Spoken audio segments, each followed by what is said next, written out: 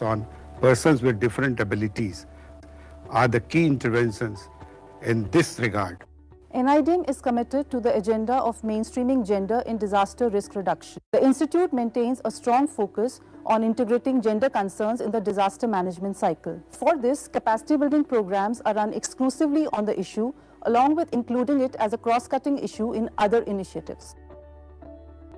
NIDM has established India Universities and Institutions Network for Disaster Risk Reduction to address the Agenda 6 of 10-point agenda for DRR of Honorable PM, which stresses on the need to develop a network of universities to work on disaster issues in India. NIDM has a geometeorological risks management division that hosts 3 specialized centers: Center for Early Warning and Communication, Center for Hill Area Development, and Center for Coastal Disaster Risk Reduction and Resilience.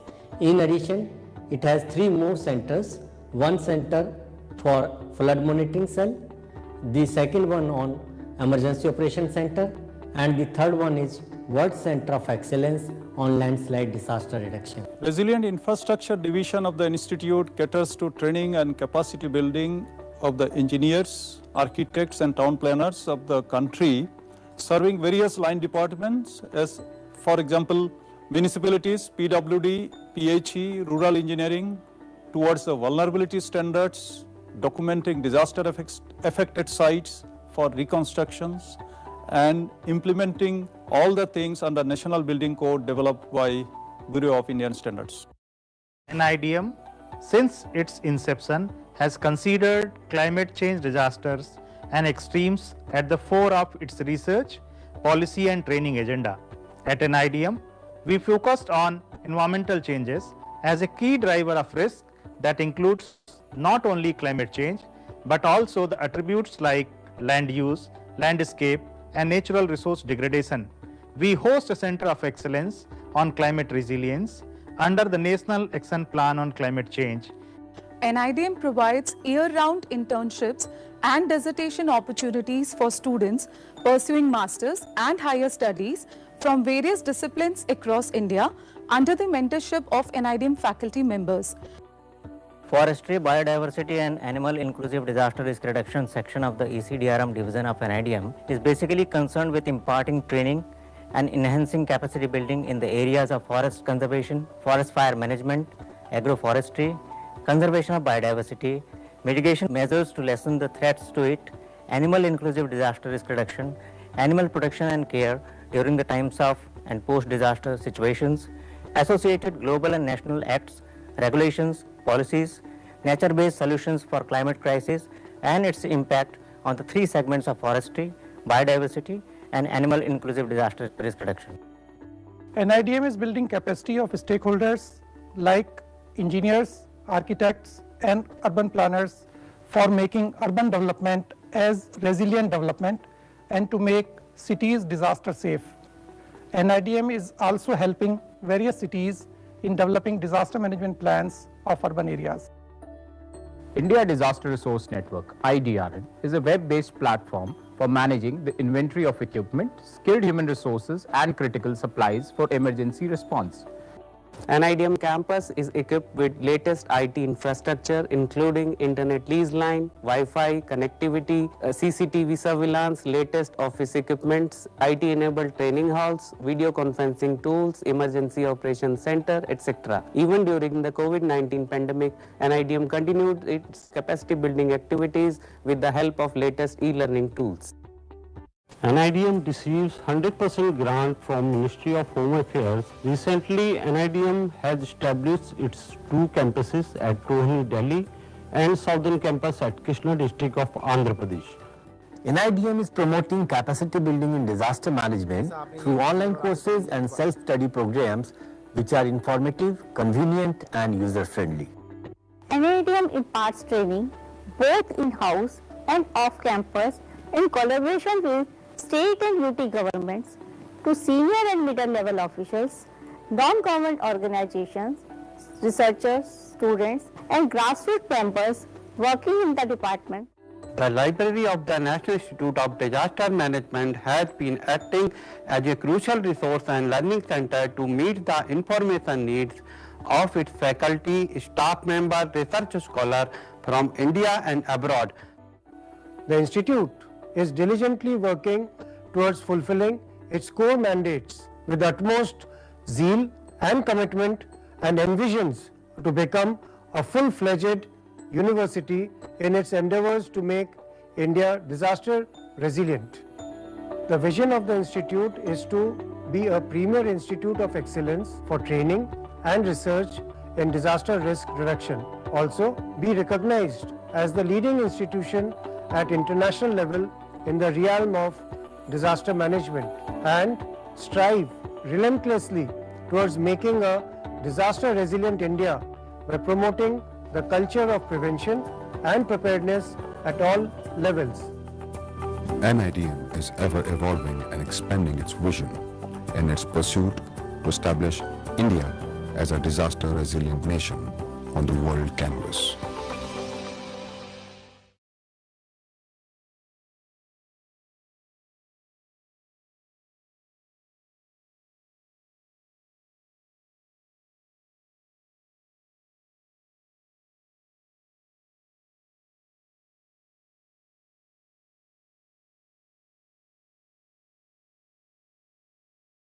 Good afternoon, Divya ma'am.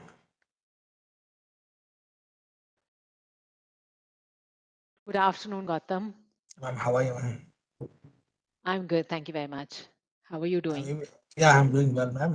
We will start our webinar at exactly 2:30. I'm Yeah. waiting for Surya sir. Am I clear? Audible? Yeah, you're audible, ma'am. You're audible. Do you also would you have time for me to also just make sure that my slides are visible? Is there time to test that? Yeah, we can, ma'am. I'm just giving you the Yeah? share access now. Yes, please. Thank you so much. Just giving, yeah, I appreciate that. Thank you, ma'am.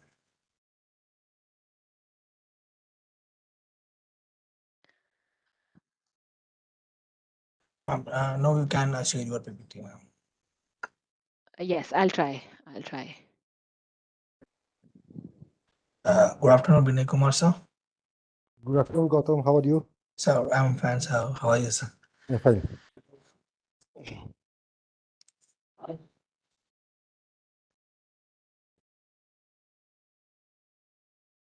Is it visible now, Gautam? Can you see? Yeah, ma'am. It's visible, ma'am. Yeah. You can All make it right, full great. Thank you so screen much. also. I'll stop sharing then if it's already visible. Yeah.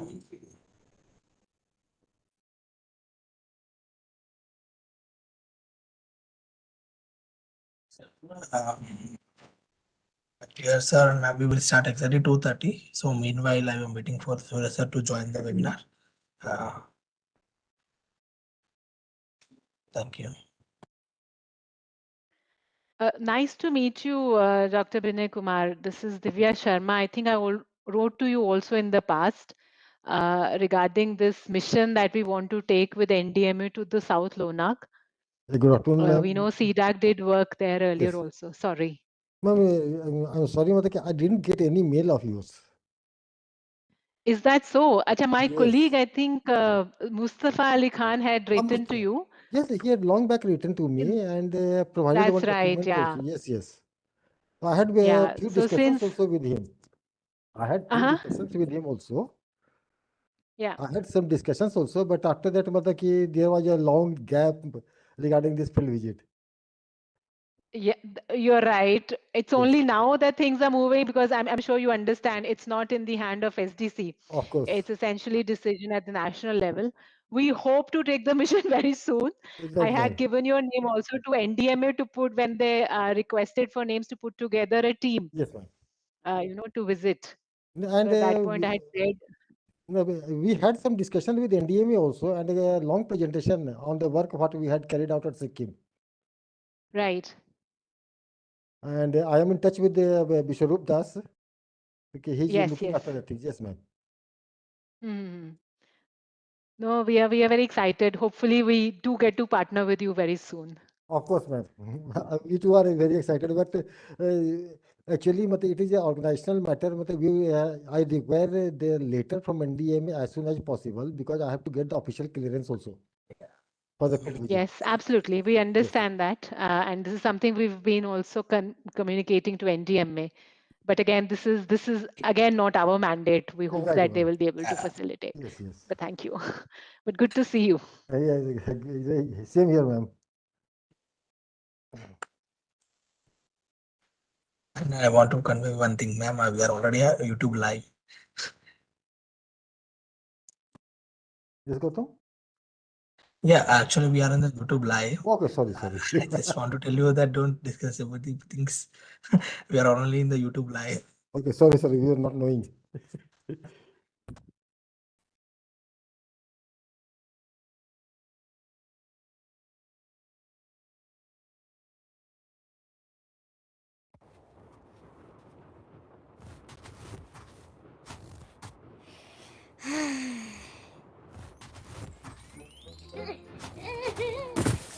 शाबाश मेरी मिट्टी कैसे चल जा कुछ नहीं होगा क्या चल जा ये बर्फ देख रहे हो हिमस्खलन आ गया तो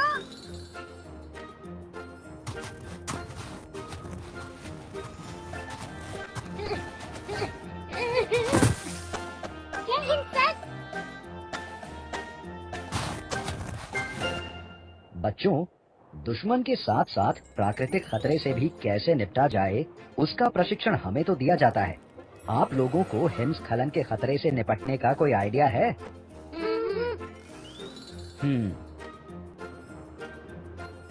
ये देखो, बर्फ ताजा गिरी है, तो हिमस्खलन का खतरा तो है। और ये बर्फ वैसे भी पहाड़ की ढलान से फिसल सकती है, बिल्कुल इस बच्चे की तरह। तो सर, हिमस्खलन से बचने के लिए हमें क्या-क्या तैयारी रखनी चाहिए? सबसे पहले हिमस्खलन की चेतावनी को हमेशा गंभीरता से लेना चाहिए और रेडियो, टीवी, मोबाइल, इंटरनेट वगैरह से जानकारी लेकर ही बाहर निकलना चाहिए।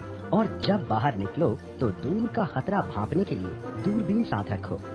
ऐसी टेढ़ी बर्फ से ढके पहाड़ के पास से गुजरने के बजाय कोशिश करना कि अधिक समतल जमीन पर चला जाए या चिन्हित सुरक्षा मार्ग पर 30 मीटर की दूरी एक दूसरे से बनाकर चले, ताकि समय रहते हिमस्खलन के खतरे से बचा जा सके।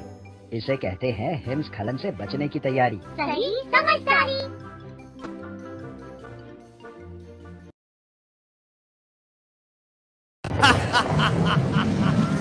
मैं अत्यंत शक्तिशाली हूँ। मेरे मार्ग में जो भी आता है मैं उसे नष्ट भ्रष्ट कर देता हूँ। मैं बाढ़ से फूले हुए नदी के जल, इतना घमंड मत कर। ओह, साधारण मनुष्य, तूने मुझे चुनौती देने का दुस्साहस किया है। मुझे तुम्हारी ललकार अच्छी लगी। अब देख मैं कैसे तुझे परास्त करता हूँ। तू मेरा कुछ नहीं बिगाड़ पाएगा। मैं अपने पशुओं को आजाद कर देता हूँ ताकि अगर मैं इनको साथ ना ले जा सका तो भी ये भाग सके। फ्लश पर रेत के बोरे रख देता हूँ। अब मैं इमरजेंसी बैग उठाता हूँ जिसमें टॉर्च, इमरजेंसी मेडिसिन, रस्सी, चाकू और सूखा खाना व पानी है, जिसे मैंने आज के दिन के लिए ही यहाँ पर रखा था। अब मैं जरूरी कागजात जैसे आईडी, बैंक के कागज, रजिस्ट्रेशन, कैश आदि लेकर निकलता हूँ। अरे बिजली की एमसी को भी गिरा देता हूँ, खिड़की दरवाजे बंद कर देता हूँ। अब मुझे उस सुरक्षित स्थान को चल देना चाहिए। ओ अहंकार के पानी देख, मैं बिल्कुल सुरक्षित हूँ। तुम इतनी ऊंचाई पर नहीं आ सकते। याद रखना, तुम जागरूक और तैयार व्यक्ति का कुछ नहीं बिगाड़ सकते। तैयारी में ही होशियारी। राष्ट्रीय आपदा प्रबंधन प्राधिकरण द्वारा जनहित में जारी।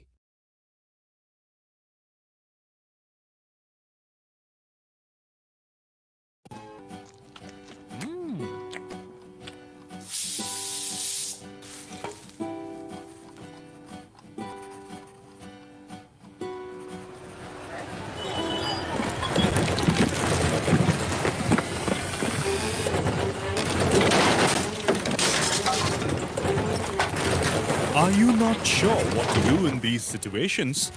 Many of us are not sure what to do during an earthquake. Do not panic. Do not keep running here and there.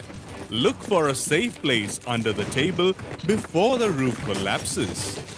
Duck, cover, and hold on. If trapped in rubble, do not light a matchstick. Cover your mouth with a cloth. Tap on pipe or wall. Sound a whistle. Help! Shout only as last resort. Help! Use stairs and not lifts or elevators. Anticipate aftershocks. Move cautiously and check for unstable objects around you. Be smart, be prepared.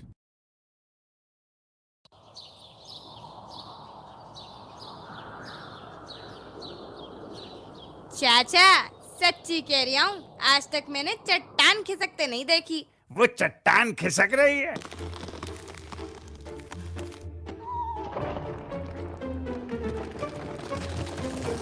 बेटा यहाँ से भी जल्दी खिसक लो और ध्यान रखना, मुझसे अलग होकर दूर मत जाना, क्योंकि भूस्खलन के दौरान एक साथ रहना चाहिए और घबराना बिल्कुल नहीं। आवाज सुन रहे हो चाचा? ऐसे में कौन नहीं घबराएगा? अरे यार, ऐसी आवाज में घबराना नहीं है, चौकन्ने हो जाना है। कहीं कोई पेड़ या चट्टान गिरी होगी, ढलान वाली जगह या नीचे की ओर जाने से परहेज करना, क्योंकि मलबे का गुबार नीचे की ओर ही जाएगा। देखा आपने, भूस्खलन को लेकर जब हम पक्की जानकारी रख सकते हैं तो आप क्यों नहीं? याद रखें, जब तैयारी अच्छी होगी तभी सुरक्षा पक्की होगी।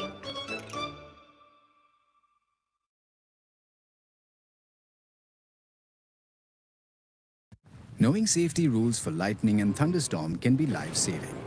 First, try to get inside a completely enclosed building or fully covered, hard-topped, all-metal vehicle. Do not use open vehicles like tractors, rickshaws, motorcycles, etc. Metal sheds, building parking, under-construction buildings, and covered verandas are unsafe. Do not take shelter under a tree. If you are in the woods, find shelter under the shortest trees. If you cannot reach shelter, do not be the tallest object in the area. Crouch down with heels touching each other and head between the knees. Don't lie on the ground. Get out of water bodies and bowls. Do not stand in puddles of water, even if wearing rubber boots. Do not leave cattle or pets chained outdoors. In case of emergency, give first aid and call ambulance or go to hospital. Be smart. Be prepared. Issued in public interest by NDMA and IIPHG.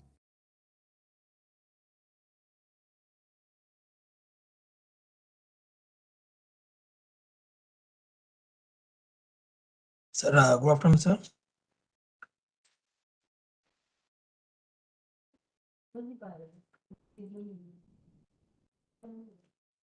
Good afternoon, Sujay sir. Good afternoon, Gautam ji. Yeah, Sir, shall we start, sir? I think still there are 3 more minutes to go. Okay, sir. 2 minutes. Sure. Yes, sir. Sure, sir. 11 minutes.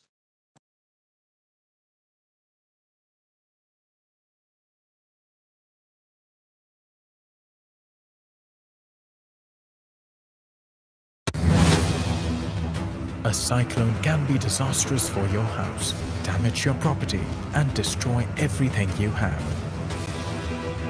But it need not wipe out your life entirely. Simple objects can be extremely useful and life-saving in case you get stuck in a cyclone. Stock of fresh water. Keep an emergency kit ready. A first aid box, strong ropes, lanterns, battery-operated torches, and extra batteries, dry food, candles, matchboxes, and kerosene. Also, do not forget to keep your important documents in a waterproof bag. Be smart, be prepared. Issued in public interest by NDMA, Government of India.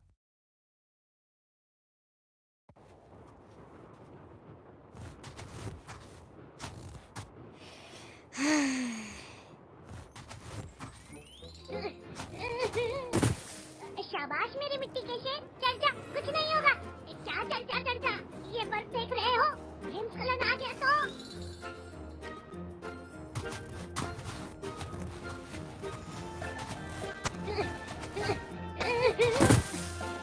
जय Hind sir. बच्चों, दुश्मन के साथ साथ प्राकृतिक खतरे से भी कैसे निपटा जाए, उसका प्रशिक्षण हमें तो दिया जाता है। आप लोगों को हिमस्खलन के खतरे से निपटने का कोई आइडिया है?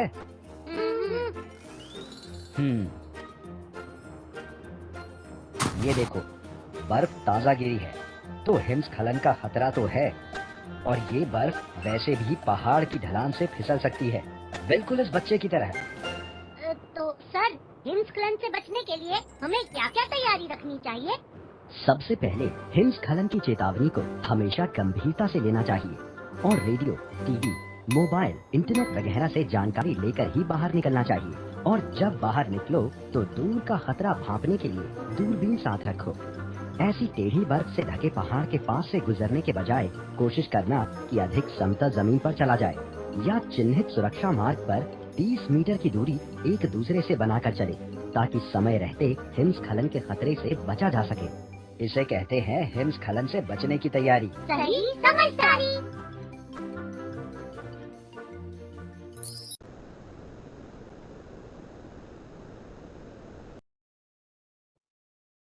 So now shall we start, sir?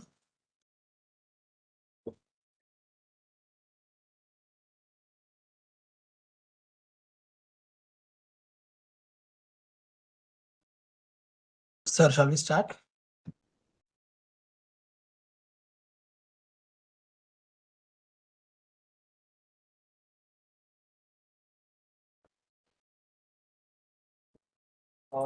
Okay. Namaste, good afternoon all. Jai Hind. On behalf of NIDM, I am Gautam, Junior Consultant, JS and UOC. Welcomes you all to today's webinar on use of space technology in GLOFs organized by NIDM. Before we start our webinar, I would like to convey my sincere thanks to Sri Rajendra Ratno, Sir, IAS, ED, NIDM, and Professor Surya Prakash, Sir, Head GMR Division and CBRN, Industrial and Cyber DRR Division, NIDM, Ministry of Home Affairs, Government of India, Delhi, for giving this opportunity to conduct this online webinar. Without late, I will set the context of today's webinar. GLOFs are sudden and catastrophic floods that can cause extensive damage to human life, property, and the environment. GLOFs occur when the natural barriers such as glaciers or moraines collapse, resulting in the rapid increase of large volume of water, ice, and sediment. With the advancement of the space technology, it has become possible to use satellite-based remote sensing and other techniques to identify potential GLOF hazards and monitor their occurrence. This has led to development of early warning systems and other measures to mitigate the risks of GLOFs. The use of space technologies in GLOF management has become increasingly important, particularly in mountainous regions where these events are mostly prevalent. There are several examples of the use of space technologies in GLOF management, including the use of synthetic aperture radar, SAR, and other remote sensing techniques to detect and monitor the glacial movement. The use of satellite imagery to identify potential GLOF hazards and the development of early warning systems that utilize the data from space-based sensors. The potential benefits of these technologies in GLOF management are significant, including improved safety for local communities, enhanced disaster preparedness and response, and reduced economic losses. As such, there is a growing interest in the use of space technologies for GLOF management, with many experts in the field actively exploring new ways to leverage these technologies and tools for better outcomes. This webinar aims to bring together experts from across the nation to discuss the use of space technologies in GLOF management. And the topics that will be covered includes the managing glacial risk, science policy, people connection, latest developments in remote sensing techniques, and the use of satellite data for hazard assessment and early warning systems, and the different case studies of success space-based GLOF management initiations. This webinar will provide an opportunity for the participants to learn from the leading experts in the field and engage in discussions around how space technology can be used to mitigate the risk of the GLOFs.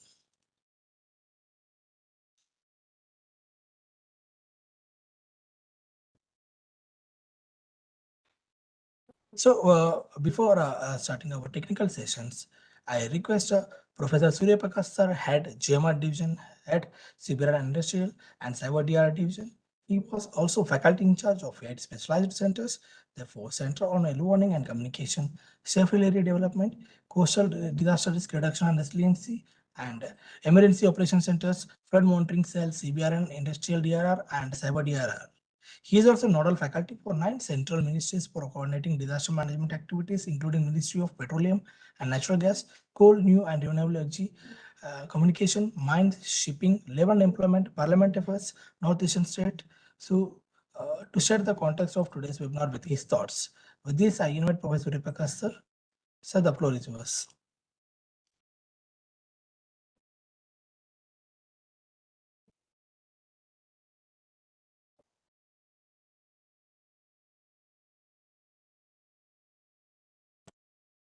Thank you, Gautam ji.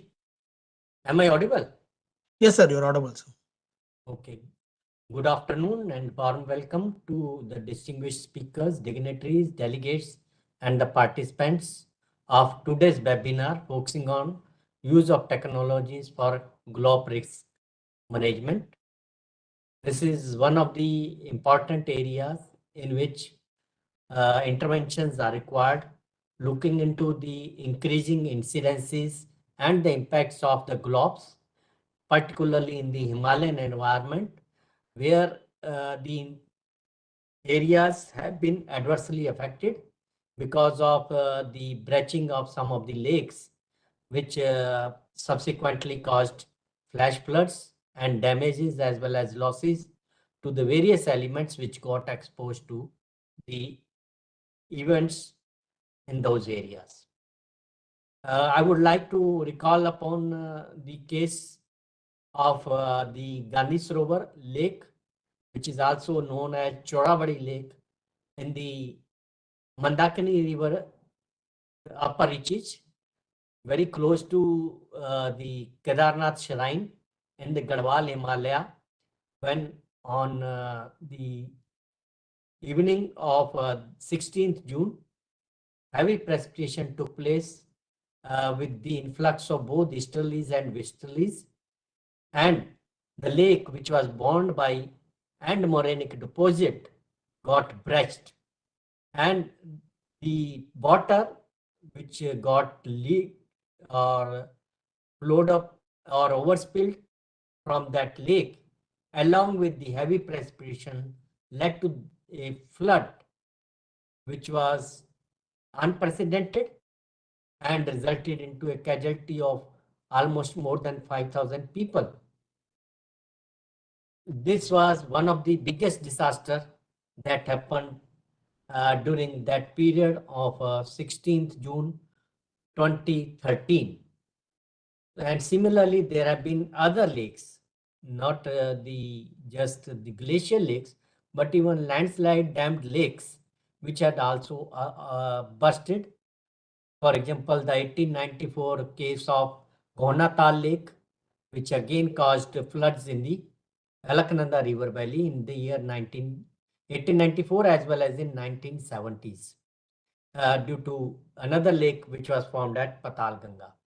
So number of such lakes which has been formed either because of the andmorenic deposits which serve as a dam or a boundary wall to the lakes, and they get filled up because of the melting of the glaciers and water coming into that, along with sometimes snowfall and precipitation into those areas.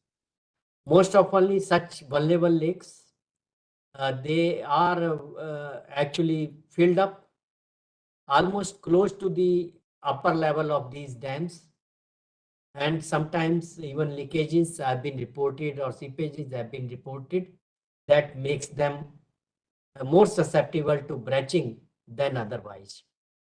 In India, we have almost 6 states which have been exposed to these kind of risks, which include Jammu and Kashmir, Ladakh, Himachal, Uttarakhand, Sikkim, and Arunachal. These are the areas where such lakes have been reported and need adequate risk mapping, assessment, monitoring, and an adequate early warning system in place so that we can reduce the risks and enhance the resilience of the communities as well as the infrastructure in these geographical regions. Often they are very close to the border areas, lying in high altitude regions, and are quite inaccessible in terms of the routes to these areas, and the communication, power supplies, all are very difficult. So this makes our job more challenging than otherwise. So therefore, we have to make adequate plans, policies, and strategies for adequate assessment of the risks and establishment of early warning systems and response capabilities, or even the recovery plans for all these areas. We had worked together, the National Disaster Management Authority, along with the Swiss Agency for Development and Cooperation, and the experts from some other countries, came out with a national guidelines in October 2020, when the issues pertaining to these different aspects and dimensions of the GLOFs, they were discussed in detail through several consultation meetings, and we came out with guidelines comprising almost about 70 pages and 10 chapters, and discussing about the scenario of GLOF risks and also the current situation, available resources and actions, as well as the strategies to be taken up. The Defense Geoinformatics Research Establishment, it's one of those organizations which have been monitoring the avalanches and also some of the glacial activities. Along with that, the Central Water Commission, which has been monitoring the discharge levels and is also nodal agency for the flood systems, is also involved, besides the India Meteorological Department, in the monitoring, forecast, and early warning systems related to the GLOFs. I'm very much thankful to SDC and CDAC for joining with us on this occasion and sharing their knowledge, experiences, ideas, and innovations in this particular area, where they have done quite good work and they made a lot of interventions. So I wish all the best to the distinguished speakers, both the Divya Sharma and Vinay Kumar, and also the moderator of the webinar, Shri Gautam ji, along with the other colleagues and team members who have joined, and wish all the participants all the best and urge them to make it a bilateral discussion and interaction oriented program so that we can make it more useful and practically beneficial for all of you. So I wish you all the best, and thank you very much for providing me this opportunity and sharing of my views. Back to you, Gautam ji. Sir, thank you so much, sir, for setting the context and enriching the knowledge of our participants on this theme of today's webinar, or use of space and technology in GLOFs. So moving to the technical sessions. So there will be 2 presentations, and each speaker will be having 40 minutes to share their experience and knowledge. And there will be also a question and answer session at the end of the where our experts will be clearing the doubts of our participants. Dear participants, please note that you can source your question queries in the chat box as well as in question and answer session. And also please make sure that you attend and pay attention to the sessions to claim the certificate from the NIDM training portal after this webinar.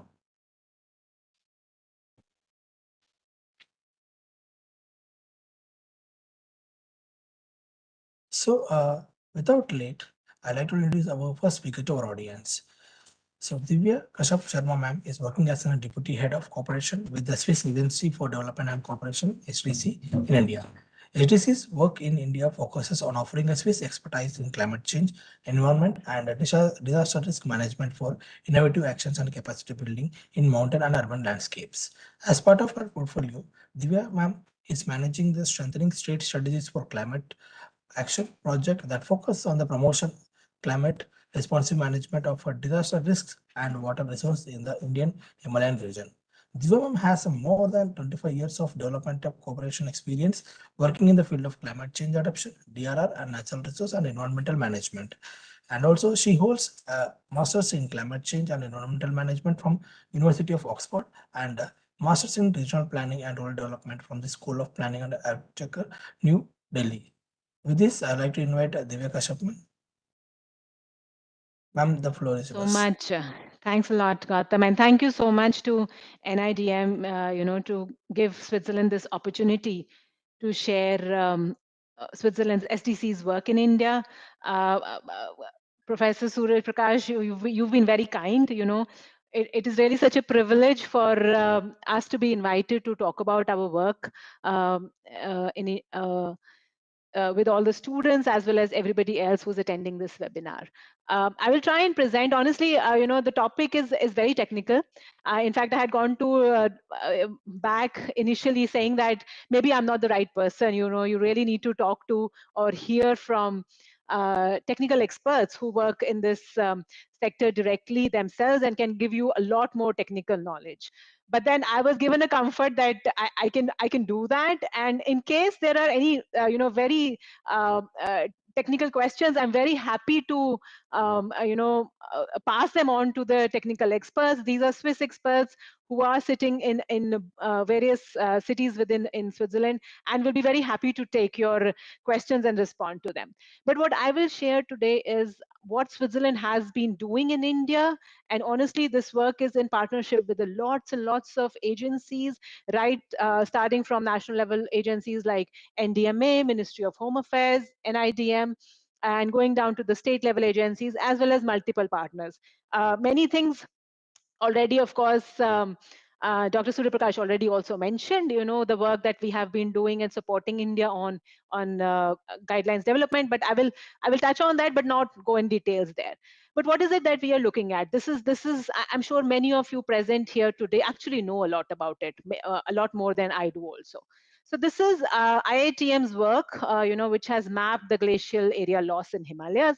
As you can see, already you can see extensive losses which have been happening over the 40 years. Sorry, ma'am. Sorry, The yes. slides are not moving, ma'am. Slides are not changing. Yeah. Is it? No, Sorry. it is. It is now, ma'am.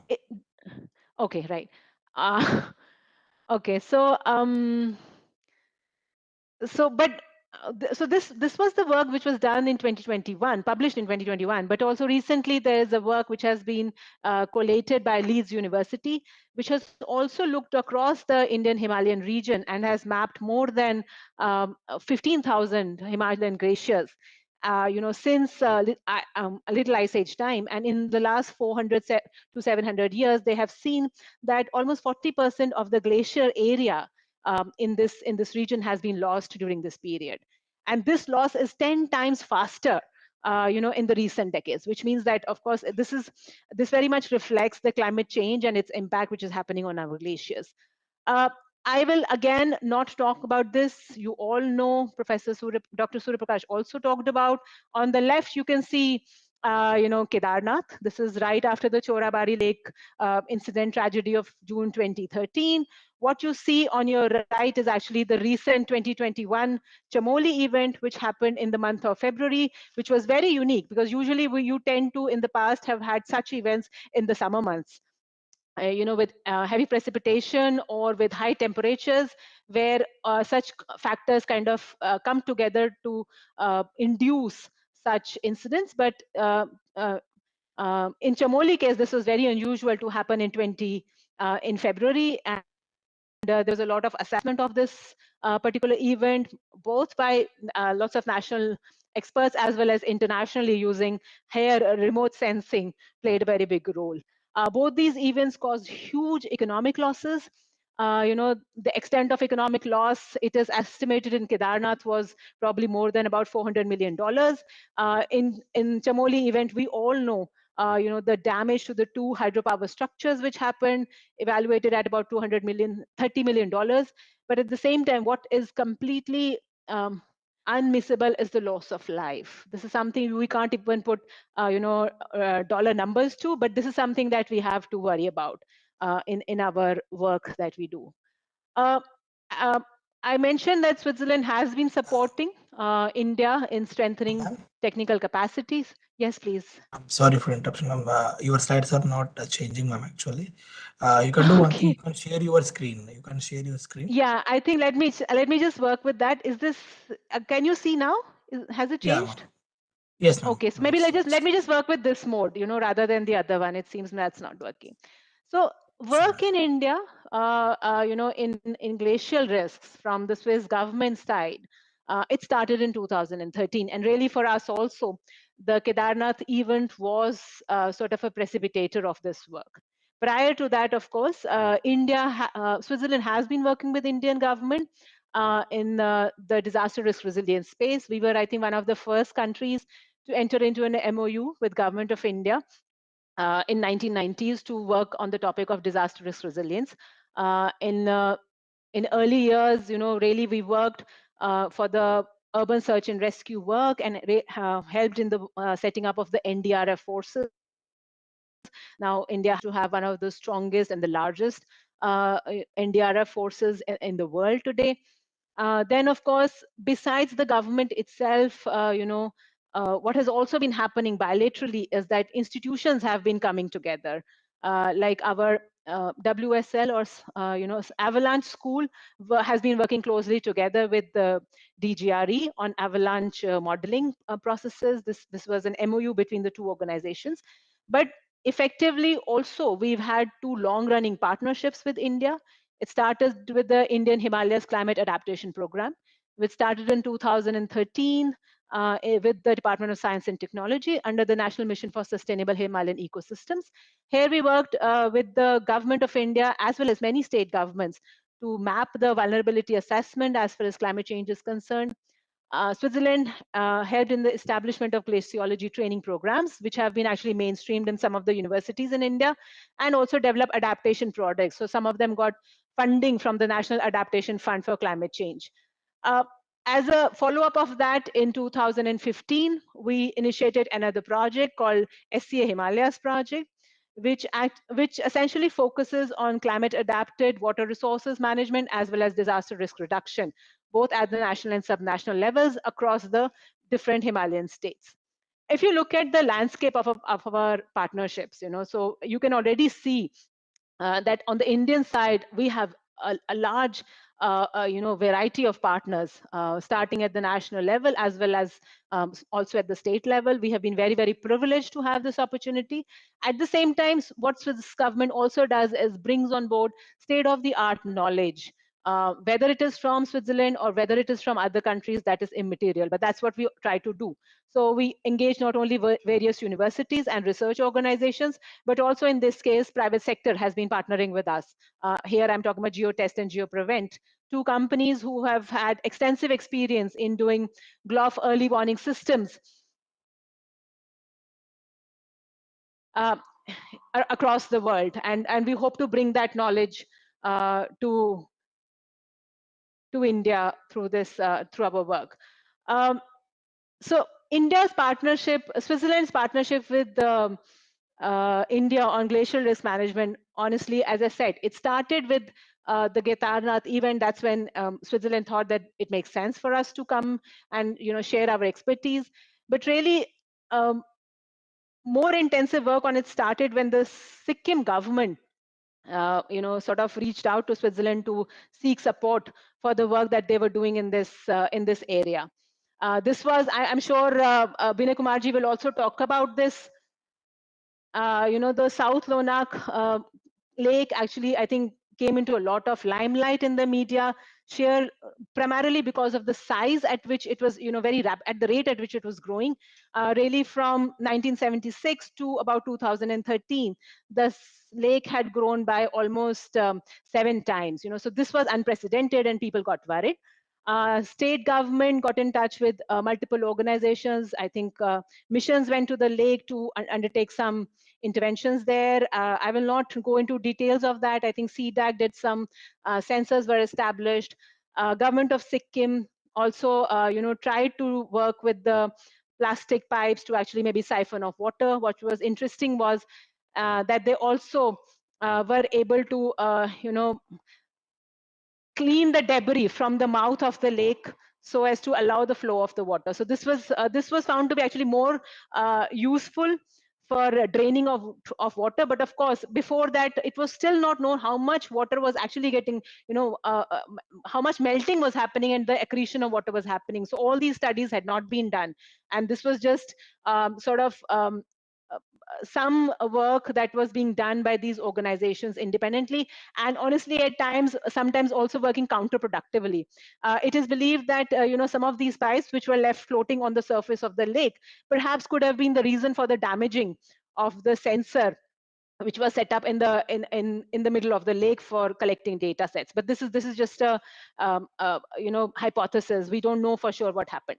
But anyway, so thanks to that work that Switzerland started working with the Sikkim government, so we also felt that South Lonak is just one lake. Really, if we have to address this topic, it makes more sense to look at it in a comprehensive manner. So India, we reached out to NDMA and worked on development of these guidelines. Professor Surya Prakash already mentioned this. Guidelines were released in 2020, but honestly, the work for this was taken. It took nearly 2 years for this exercise to be completed. And as part of that, a first-order risk assessment of glacial lakes was carried out by the Swiss experts.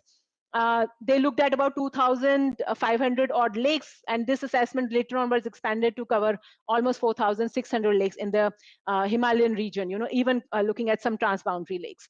Elaboration of guidelines, Surya Kumarji mentioned already, that there were multiple experts which were involved from Switzerland, as well as we brought some international experts. But Indian, nearly about 20 Indian experts were also part of this exercise. It was all organized by NDMA, and and this was undertaken. And in 2020, we were very happy to have the release of these guidelines. But during this process, when this guideline work was happening, at that point of time, right based on this first order risk assessment, Switzerland and NDMA together also started on working on the development of GLOF pilot project in Sikkim. And really, when the initial contours of this pilot project were developed, at that point of time, we were essentially focusing on South Lonak Lake, because that seemed to be the lake where all the different agencies and partners seemed to be also putting attention to.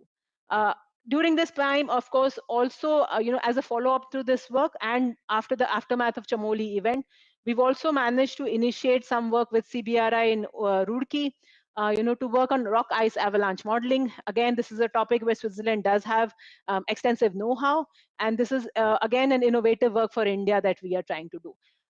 Another thing, just before I go forward, I think what I would like to mention is that Switzerland's work is not about just doing pilots or just bringing some technology. No, it is actually about building capacities of our partner countries to actually in the future to undertake such kind of interventions on their own. And this is the big focus for us also during this pilot project that we hope to undertake in the coming years or so with the government of India.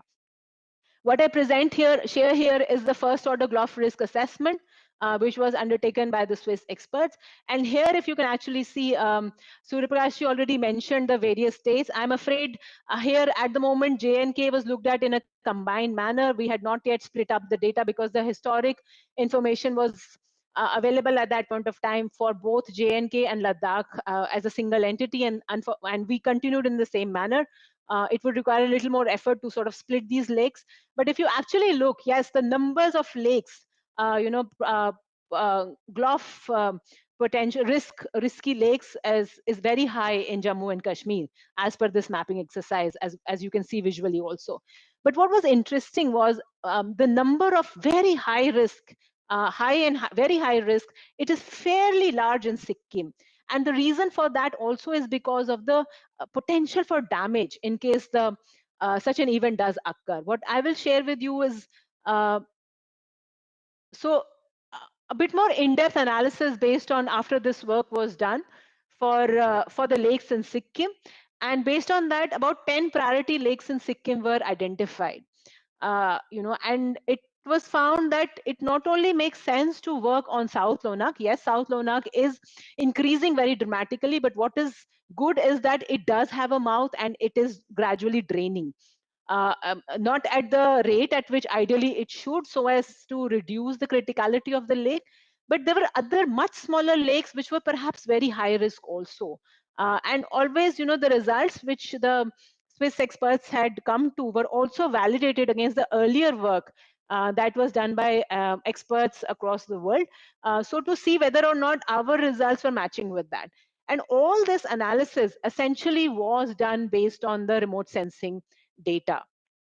We did not have any, physical secondary data which was available for us, especially for these locations. As Surya Prakash ji also said, these are very remote areas. Not a lot of people or entities go there or visit these lakes, and there's not a lot of published data. We had reports from CDAC, we had reports from Central Water Commission, and that's about the limit of the information that these experts had. So what was decided at that point of time was that besides South Lona, it's also important and critical to look at smaller lakes, but which are very high risk, primarily from the fact that these lakes do not have a mouth for draining. So tomorrow, if something happens here, then it could potentially result, God forbid, in any kind of disaster. So the risk of such something like this happening in these small lakes is perhaps as high as South Lona. So based on that, we took these, these experts brought these findings back to NDMA, and a decision was taken that we could enhance the scope of the pilot project to include 2 lakes. But at the same time, if you also see, there are other lakes around these lakes also. And the idea at that point of time for the Swiss experts also was, if we do something, it's important to ensure that the solution proposed is such that it works not only for these 2 lakes, but can actually cover the potential risk from any other, other nearby lakes. So this is something that was kept in mind right from the outside when this project was designed. So as I said, working with the NDMA, working with the Sikkim government, it was decided that we will, the pilot project will look at 2 lakes, both South Lonag as well as Shakho Chol Lake. The idea will be to now go much deeper into this analysis from the first order work that was done initially to look at hazard processes, define what kind of risks are there and the elements which will be at risk, design the early warning system, actually go to these lakes along with the experts and identify locations for installation of appropriate hardware and software, provide assistance for operation of early warning system as well as its integration into existing warning systems which exist with a lot of hydropower stations in the Teesta Valley, and work on capacity building pieces. This is usually a very important component of any of the activities undertaken by Switzerland in any of its partner countries. So this was what was done. Now we had focused ourselves, so we got a lot of information. Really grateful to all these agencies, national as well as state level, who shared with us information on exposed elements like hydropower, roads, agricultural lands, population, human settlements where they are located. So actually now this particular risk assessment went deeper. We started sort of deep dive into this to actually start mapping the potential risk and the potential elements this risk. We realized, of course, on the downstream side, a lot of population, but actually in the upstream side, the critical elements seem to be largely the hydropower projects, the numerous hydropower projects in the Teesta Valley, which are located, and also, potentially, some defense establishment and things like that. Of course, we cannot see them on the maps, and we have only shared all these results are presently available to all the to NDMA to share with everyone. And at the same time, what was also done is now zooming in to understand what are the risk processes that could potentially happen. If you look at towards your left, for South Lona, we were very fortunate. Bathymetric assessments had been done by institutions at the state and the national level.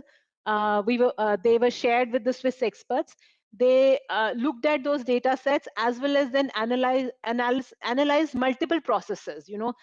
We always assume that it could be as in the Chorabari case also, multiple processes can happen in a cascade form and lead to something, disaster, the nature of the disaster also changing. So we looked at upstream mass movement impacts, on the upper side of the South Lona. the experts modeled the breaching of the dam towards the mouth of the lake. That was also modeled, and what was looked at, large process change, which means one event triggering something else to be happening, an avalanche combined with a landslide combined with heavy rain precipitation event actually leading to. So multiple scenarios were looked at where it was estimated that whether if one event takes place or if multiple events take place together, what does the risk assessment actually gives out as a result. Similar assessment was done at Chakocho Lake, much smaller lake, but actually the potential for avalanche release and it triggering an impulse wave over the moraine dam and releasing, also leading to the erosion of the moraine, could potentially be the factor for such an event to happen. An exercise in bathymetry was undertaken by Department of Science and Technology at Gangtok, but we still wait for those results to be made available. Now, based on these different scenarios, assessments were done about what does it mean, in various scenarios if the event actually potentially does happen. This was HECRA's model was used for doing this kind of assessment, and really the first very large settlement which comes, downstream of either of the two lakes is Chungthang. For both the lakes, this assessment was done. In Chungthang, it was found that lead time from South Lonak to anything happening is potentially anywhere between 3 hours 40 minutes to 7 hours 30 minutes. So that's the range of time that we have, in case something does happen at the South Lonak Lake. Now, what is interesting is Chungthang is also the location where the first hydropower dam is present. This is run of the river dam. But what was found, and we talked to, we were very, the results that we shared were very well received also by the hydropower authorities there. This particular agency, they're very keen to know what kind of scenarios come out.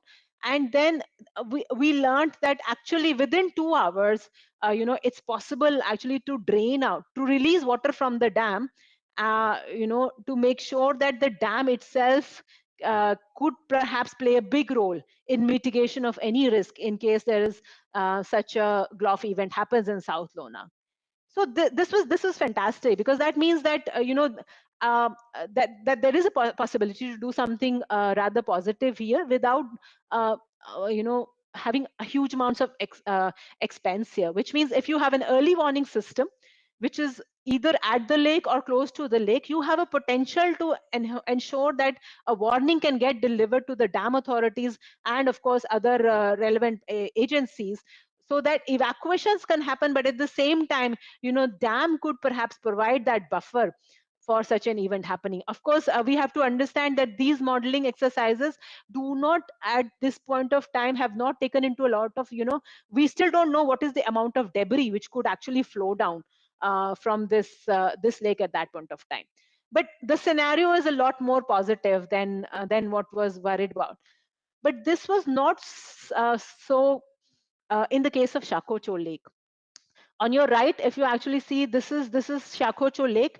And when a similar modeling exercise was carried out for Shakocho, we found what was worrying was actually at the closest settlement at the moment is Thangu. It is not a large settlement, but what does happen is during the tourist period, a lot of tourists increasingly come here for trekking and for going to other areas and visiting some lakes.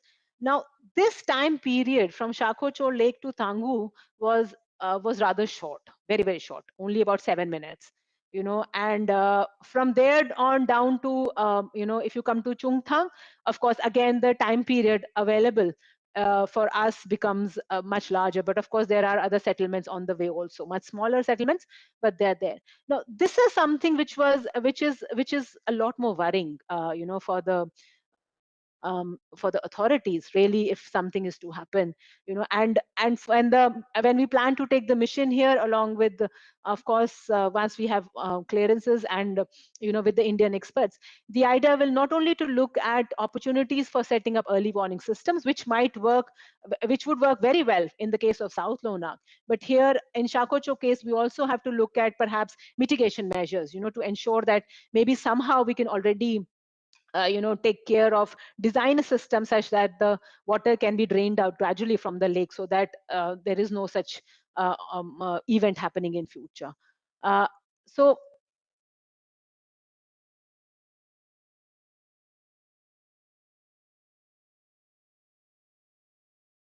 Ma'am, you are not audible, ma'am.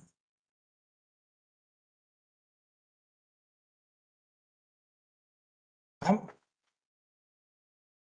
आवाज आ रही है madam? Check कर in mind, looking at the past trends, short response time for Thangu village is an important risk, and that's where we have to look at mitigation requirement for mitigation measures. Floods can reach Chungthang and potentially beyond, but the Chungthang Dam might be a relevant risk reduction mechanism, provided you can lower the reservoir levels in high alert situations to increase the retention capacity. Where the early warning system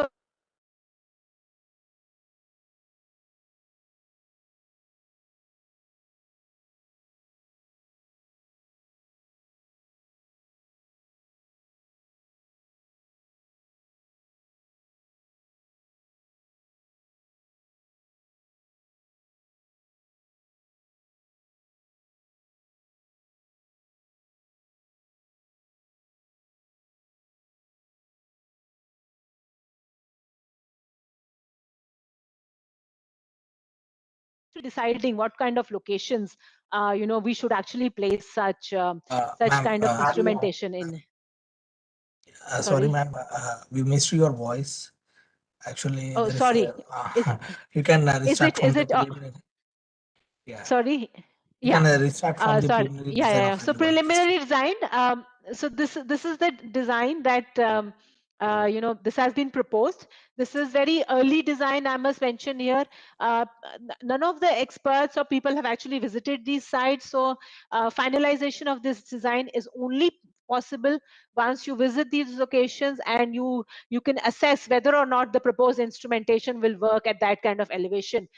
Surya Prakash, you already mentioned, it's not the easiest of topologies as well as climatic systems for such instrumentations to work. But there's a combination of automated weather stations, a lot of cameras, and using that and getting information with satellites as well as radar-based, gauging stations, and looking at trigger lines to actually trigger alarms. But this, as I said, this is just a preliminary design. Once the mission goes, we'll be able to look at this in more detail and how this early warning system will actually look like. But what I said before also, what is important is not to design a system which works for one lake or two lakes. I mean, in the end, these systems are they are not perhaps very expensive, but they are also not cheap.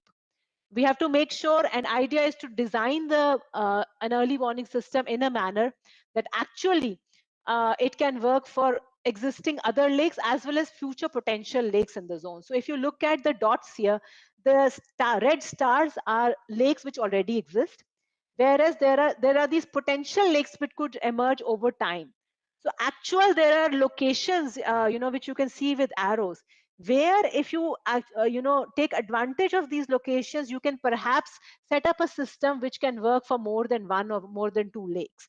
Luckily for us, the system beyond from Chungthang, where the two streams merge, there on onwards, it will be a common system, and we will be integrating it with the hydropower authorities along, starting from Chungthang to downstream. But that is one thing we want to talk about here, because cost benefit analysis of the work that we do is very, very critical. It's also important that whatever system is placed, these are expensive instruments. They are placed in a manner that tomorrow potentially no damage to this instrument should happen. Neither does this instrument get stolen or something. So it's important that the way these instruments are installed is done in a manner that we can avoid any such eventuality happening. It's also important that we do not look at just one particular hazard when we design an early warning system. We need to look at if we can integrate it with other hazards, whether this is landslides or floods, so that in the end, the early warning system operates as a multi-hazard early warning system. And as I said, always for Switzerland, the important part is capacity building. what we hope to do through this particular pilot project is actually transfer the experience and knowledge about designing and implementing early warning systems, not only within the state of Sikkim, but actually pan Himalayan region. So all states as well as national level agencies should have these kind of competencies going forward here from here. We hope to do sometime this year, take a field survey, with this will be a combination of Swiss experts, but actually a large contingent of Indian experts, so that it's a hands-on capacity building exercise. A detailed survey of installation sites for the early warning system will be done. Infrastructure for sensor installation will be set up. Mitigation measures, if and when they are required, if you could see in the Shakocho Lake, it seems it's important there, that will be done. And then data collection for calibration of warning thresholds is very critical. So even after you set up the sensors, this calibration needs to continue to happen, so that we ensure that the warning which gets delivered to the downstream is absolutely in line with what is happening on the ground, on the realistic situation. I will stop with that and very happy to take questions. And thank you for your attention.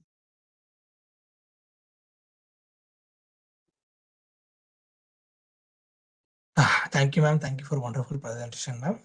If you allow me, can we take a couple of questions, ma'am? Happy to do that.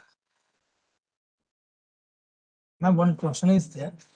Which physical model is the best for glacial lake outburst flood simulation in Himalayan region? Yeah, this is what I was afraid of. I'm so sorry, these are nitty-gritties, which of the models and all. But as I said, the Swiss experts have been working, with HECRAS to actually model these various scenarios. CWC works with a different set of models.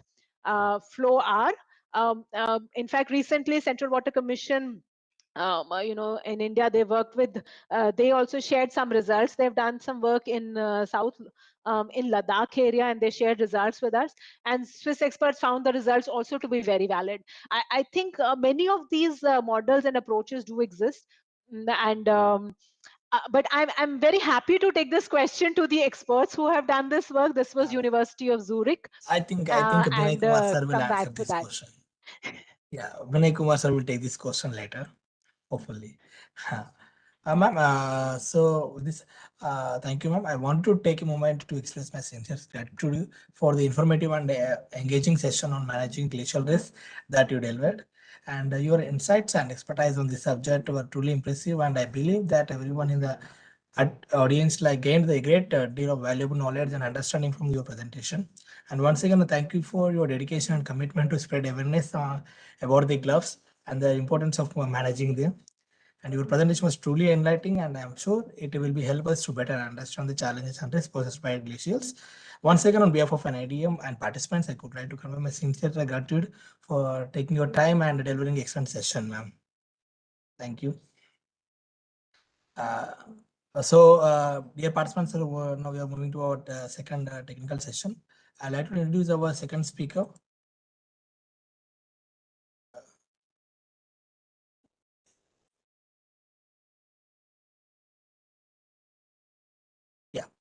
Dr. Vinay Kumar sir is currently working as Associate Director in CDAC Pune.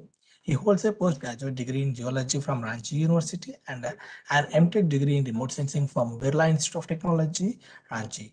He was associated with organizations like Space Application Centers, Ahmedabad, Central Field Research Institute, and the Central Mine Planning and Design Institute Limited, Coal India Limited, Ranchi. He has more than 22 years of experience in research in remote sensing, GIS, and earth sciences. He has executed, monitored, and implemented many projects in the field of disaster management, natural and water resource management, planetary sciences, and earth sciences using geoinformatics technology. A few of the important projects executed by him includes glacial inventory mapping of Himalayas, glacial lake outburst flood early warning system for Sikkim, and near real-time flood monitoring system for Brahmaputra Basin. And he has more than 30 research publications in national and international journals, conference proceedings, and book chapters. He is a life member of Indian Society of Remote Sensing, Indian Society of Geometrics, and the Society for Earth Sciences. So with this, I'd like to invite you, sir. The floor is yours.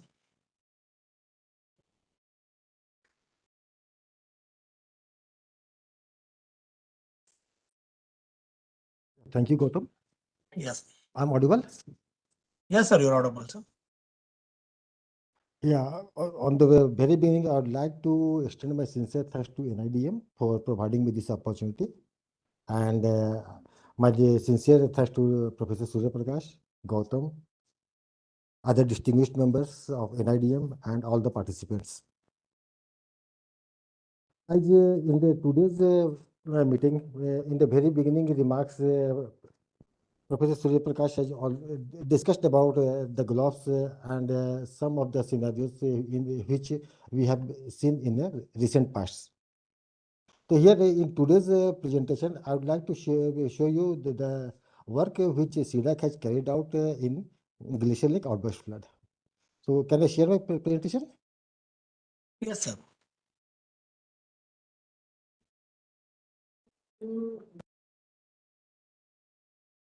Is it visible? Yes, sir. It is visible. And moving now? Yes, sir. Moving, sir. Right.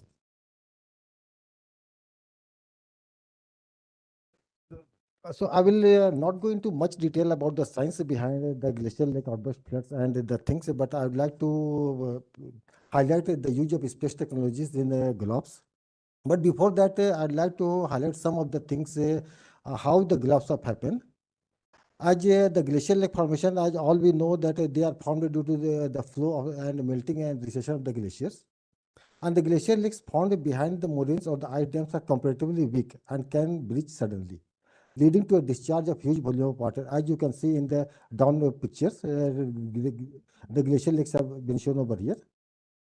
And the sudden discharge of huge amount of water and debris can cause a glacial lake outburst flood, having catastrophic effects downwards, downstream, as we have seen the Kedarnath flood and other places also. But whether we understand how the GLOFs happen, so here I'd like to show a small video or the animation video which we have created for the general public to understand how the GLOFs can happen. Here I am showing you a terrain in Sikkim. Divya ma'am have also told about the lake Shakocho. This is the Shakocho lake in Sikkim. It is a moraine dammed lake. And just try to recreating the scene of Kedarnath flood, where the Chorabari lake had been flooded due to the heavy rainfall, and the bridge happened flooding the Mandakini river, and the flooding happened lake. Some seepages are seen from the lake as have been seen from the field visit. So just try to correlate how it happened in the Kedarnath, the Chorabari lake, heavy rainfall, the lake got flooded, then the bridge happens due to hydrostatic pressure. Here one avalanche happens, and due to the avalanche, the hydrostatic pressure of the lake increases, and the moraine damming the structure breaks down, and the bridge happens.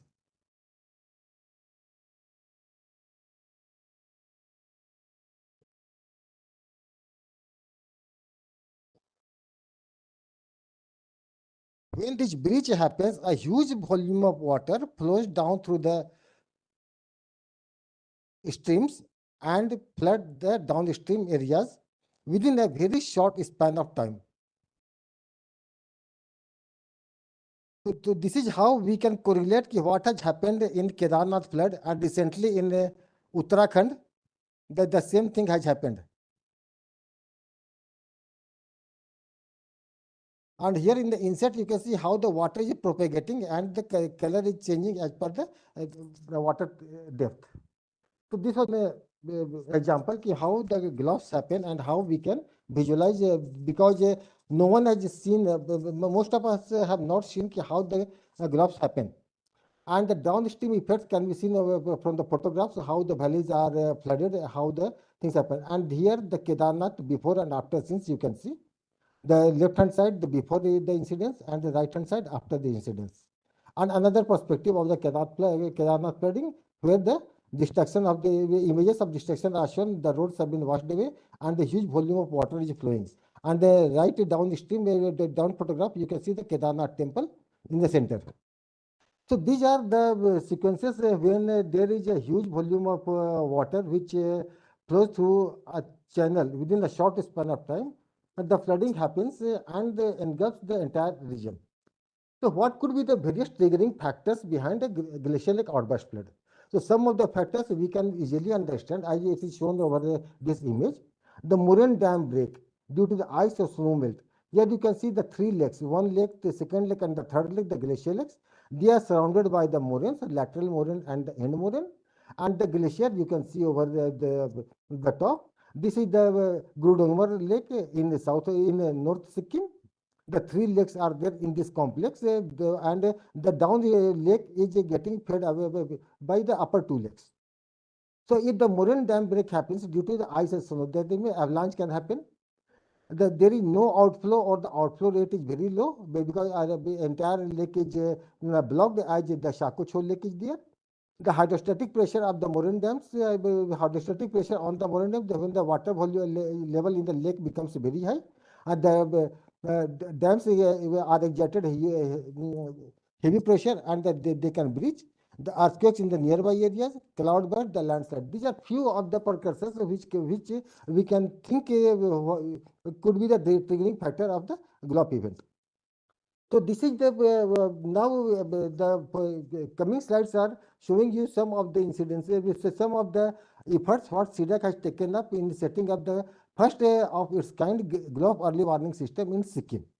So about this project, way back in 2009, we had a discussion with the then Secretary, Department of Sikkim, the Department of Science and Technology, Government of Sikkim, and the member Sikkim Glacial Commission, Sri M.L. Aravatia. He had requested CDAC to take up some research projects in Sikkim, and he had foreseen some of the ideas about the glacial outburst flood.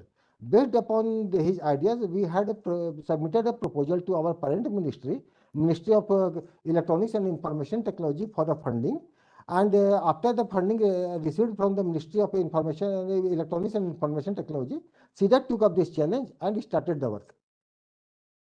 So we started the work in the year 2010, January 2010, and completed this work with a delay of around 2 years in the year 2016. So we have our objectives: GIS mapping and classification of glacial lakes using satellite data. Because the lakes are located in a very remote, inaccessible area and frequent visit is not possible. So the best tool is the satellite data, which we can procure easily and identify the lakes, we can classify and create a GIS database. Then the field visit and ground truthing of the lakes using GPS, satellite images and topo sheet. Because some of the lakes what have been seen over the satellite image and on the field, they have entirely different characteristics. So field visit and the ground truthing is a must. Then the identification of vulnerable lake was a challenge, because which of the lakes are vulnerable, which are lakes potential from the GLOF point of view, these things have to be understood. Then design and development of sensors for monitoring of glacial lake water level. This was the indigenous activity taken up by CDAC. All the sensors were designed and developed by CDAC itself and installed in the field. Then the attempt was taken for lake bathymetry and lake volume estimation. Because we don't know what is the volume of the lake, how much water is contained in the lake. Without a lake bathymetry, because without the lake profiling, it is very difficult to ascertain the lake volume. Then another challenge was installation of the sensors at potential vulnerable lakes, because we had designed the sensor to measure the water level, and those were in situ sensors. So installation of sensors on the lake was itself a challenge. Then the sensor data transmission through satellite and data reception, because we don't have any GPS, GPRS or other mode of communication. So satellite communication was the only solution available to us. And after setting up the sensor, we had the requirement of real-time monitoring of the selected glacial lakes. Once the sensors are installed and SATCOM are functional, then the real-time data is transmitted through the lakes, through the sensors from the lakes. However, due to the limitation what ISRO, the ISRO had provided as the AWS channel, so we were able to transmit data every 30 minutes. So hence the near real-time monitoring of the glacial lakes were happening. Then we had developed the GIS-based spatial decision support system to query and visualize various parameters. development of GLOFs simulation models for prediction of flood arrival time and inundation depth. The GLOFs simulation model was an automated model for prediction of flood arrival, and we had set up the system, the GLOF early warning system at DST Sikkim, and handed over the system to them. So our approach was a time series study carried out using multi-date, multi-temporal, and multi-satellite imagery using published maps and reports. And the study focused on finding the potential glacial hazard lakes that may be vulnerable to GLOF, installation of sensors on pilot basis, setting up SATCOM systems, development of simulation model, and development of special decision support system. So how the satellite images were useful to us from the image you can see. The first available image we were able to procure was USGS declassified images of 1965. They were the first hand images available, and in the 1965, whatever the extent of the lake can be very well seen. The A, B, and C lakes can be seen at the Grunomer Lake. Then the next set of image was available of 1976 of the Landsat multispectral imagery scanner. The lakes A, B, and C can be seen. Similarly, Landsat TM image of 1989, IRS 1C 1997, Landsat TM of 2000, Landsat TM 2005, Landsat IRS P6 2010, and onwards. Like that, we had a multi-date, multi-temporal, multi-satellite images available, and we could do the change detection analysis of all the glacial lakes of the Sikkim. So here there is a very less change in the aerial extent of Lake A, wherever the aerial extent of Lake B and C has changed significantly. That means that these lakes B and C are growing, and they may pose a threat in coming future. And the field photograph of the Grunomer Lake you can see over here. So here is the Lake A, the down lake, and above the two lakes are there, Lake B and Lake C. Similarly, the mapping of the glacial lake, unnamed glacial lake, which feeds Tikipchu, river Tikipchu in West Sikkim. Here in the 1965 image, the lake was very small, and over the years up to 2010, the lake had grown significantly, manifold in times. And you can see how the snout, the dot, red dot, has shifted from center to the extreme northwest. So that means the snout has shifted, the glacier has retreated, the lake area and volume has grown considerably. And the glacial lake feeding Tikipchu in the West Sikkim, the field photograph you can see over here, the lake and the ablation areas of the lake can be seen with the glacial ablation areas. In the inset you can see the satellite images. And another lake, Green Lake near Gochela, West Sikkim. This is the Green Lake. In the inside you can see the lake and the frozen lake. The picture was taken in May 2012. That time the lake was almost in the frozen state. Then the origin of river Tista, the Kangchuk Cho in the North Sikkim. Again that was mapped, and the extent, the aerial growth you can see over from 1965 to 2010 in the right hand, lower right hand figure, from blue to green, pink. So the lake size has changed a lot, and we tried to visit this lake to ascertain the change in the snout position, but due to the presence of landmines, Indian Army didn't allow us to visit this lake. Then the much hyped lake, the North and the South Lonak Lake in northwest Sikkim. This lake, we had visited this lake in 2012 and found out that there was a clear outflow from the lake. However, there was a publication by a scientist in NRSC without doing any ground truthing that potential threat to the Sikkimese people, the South Lonak Lake. And the hype started from this lake, and so many studies are going on. So depending upon the state government's request also, we took over this lake for another series of exploration and sensor installation.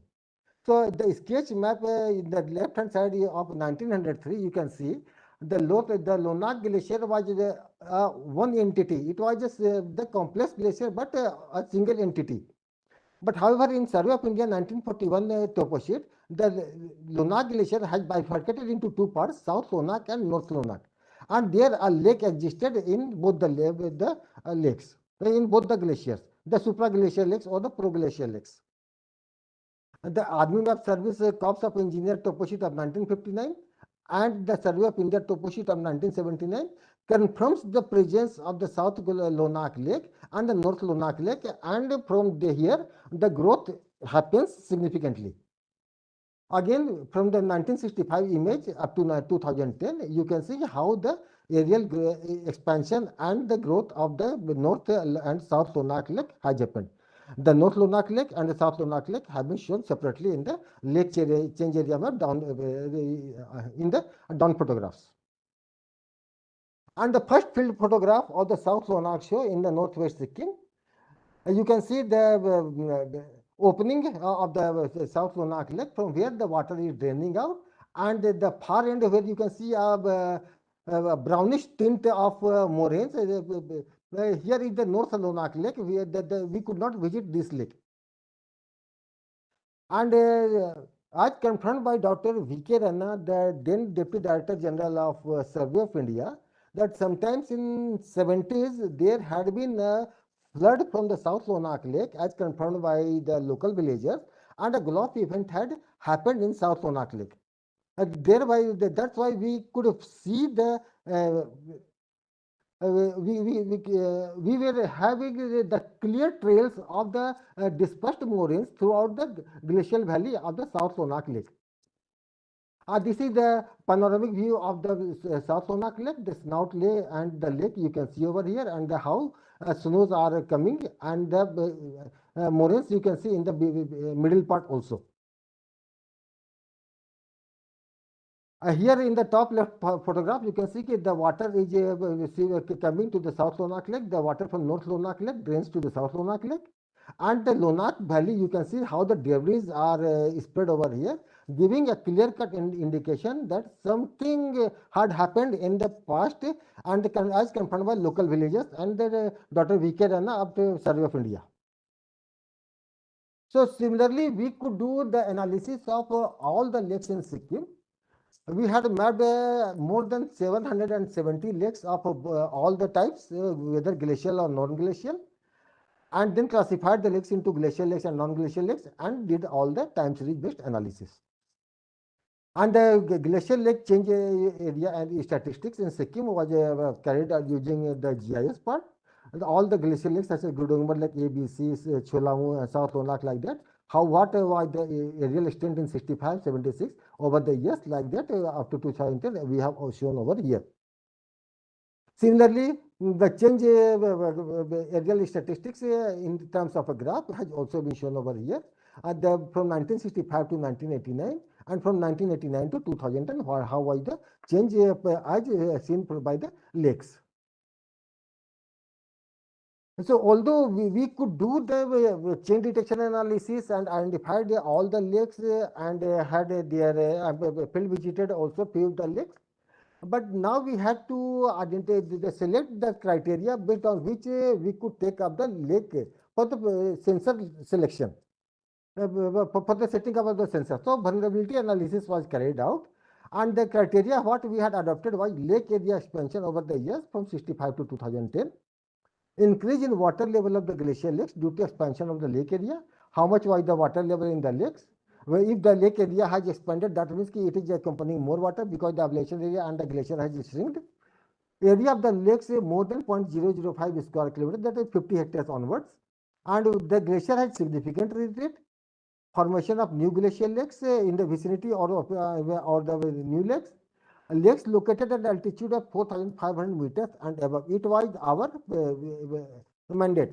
We have to study all the lakes above 4,500 meters and above. Then the position of the lakes near to ablation areas of the glacier. What was the proximity of the glacial lakes to the parent glacier, whether the close or far? Lakes formed due to the damming of the channel flow by the end or terminal, whether the lakes have been formed by the damming of the flow. But whether the lakes have outflow in terms of overtopping, seepage, or block. And this could be verified using the field visit during ground truthing survey. And whether there has been any past GLOF activity, the lake burst or the GLOF activity, if any. So these were few criteria we had taken up, and in GIS we created the database. And based upon that, we could shortlist around 24 glacial lakes which were vulnerable from the point of glacial lake outburst flood. So these were the critical lakes. I won't say the lakes will be bursting in the coming future, but they are critical, requires observation throughout the year. So for this purpose, we developed the indigenous satellites, indigenous sensor system. As you can see, the water level system, which is the in situ water level system, the ultrasonic systems capable of measuring water levels.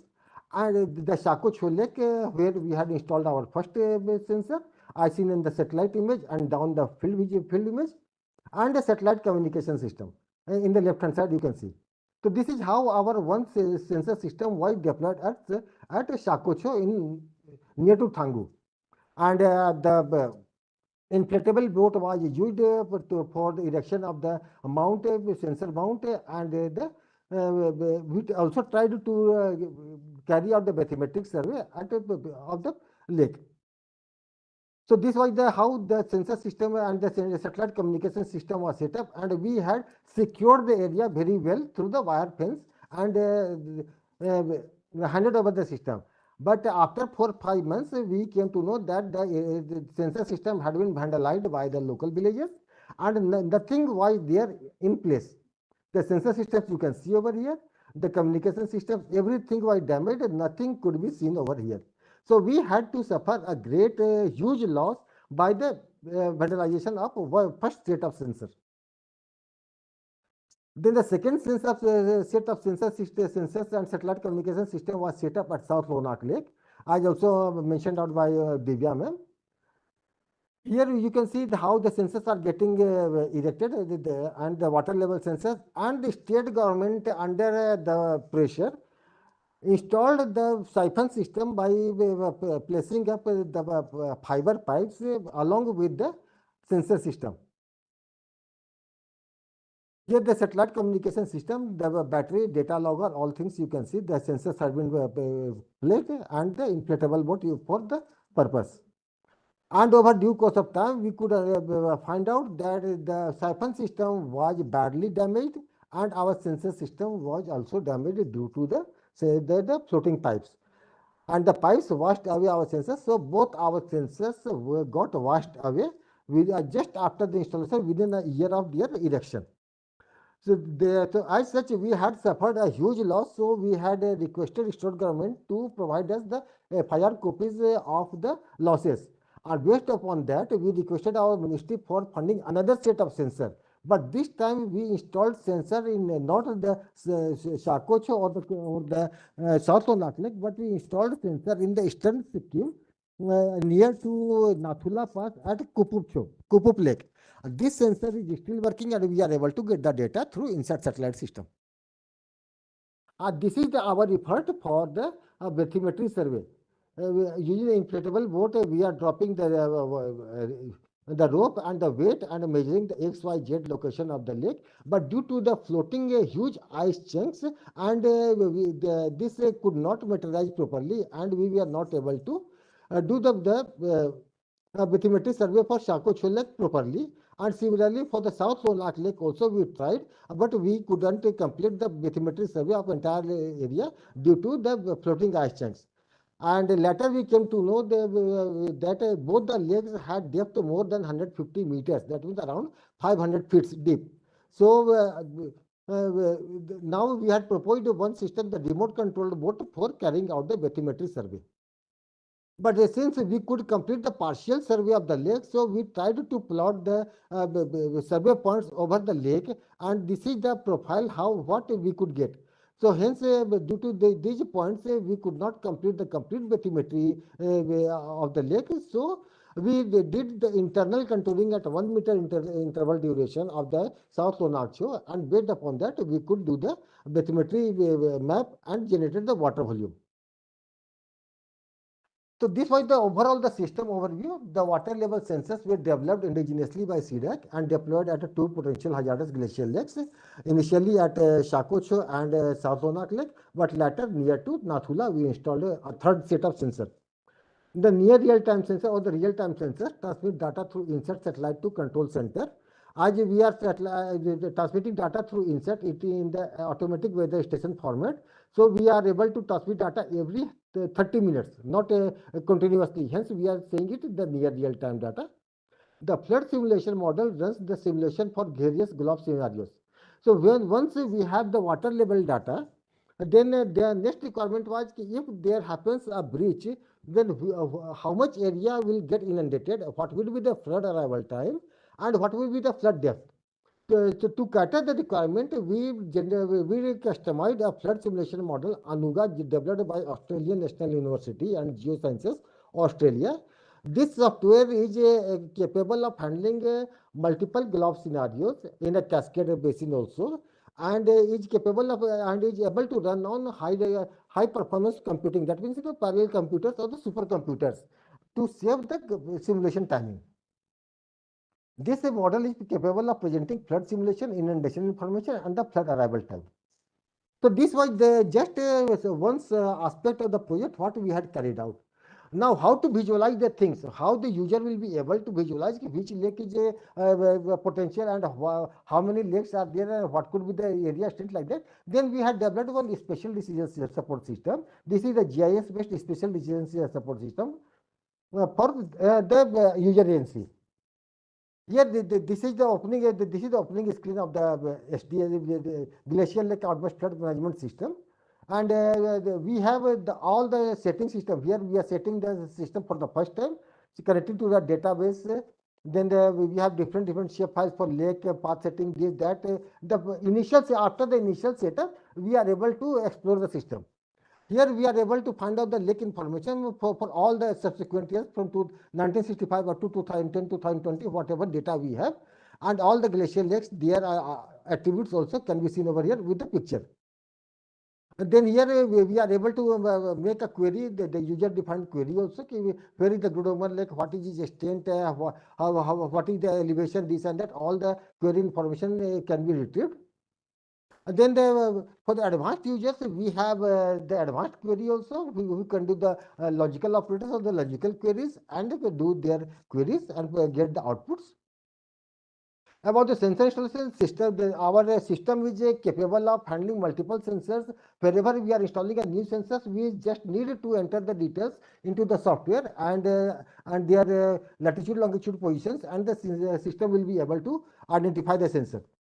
So here we have installed a sensor at a lake number 2. The lake ID is this one, and the sensor ID is this, latitude, longitude, like that. And like that, we can customize it, and the sensor data is stored in a database, open source database, at the user end in a secured manner.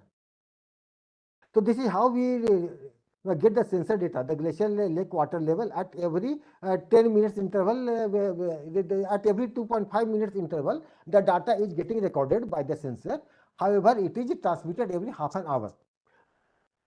However, just to conserve the battery of our sensor system, we had made one special provision to keep the sensors in a sleep mode and record data at every 10 minutes in a 10-minute interval in a normal circumstances, and transmit data at every 30 hours, at every 30 minutes. However, if there is a drop in the threshold set, for example, 5 centimeter or 7 centimeter from the previous reading, the sensor keeps on recording the data at every 2.5 minutes and compares from the previous result. If the level, there is no significant change in the level, then sensor goes to a sleep mode. However, if the sensor senses that there is a drop, continuous drop in the water level, sensor transmits the data, and the data received at our database is also then compared from the past reading. And then if the database is also assured that there is a deviation from the previous reading to the past reading, then the sensor, then this GLOF model gets activated automatically and the simulation starts automatic.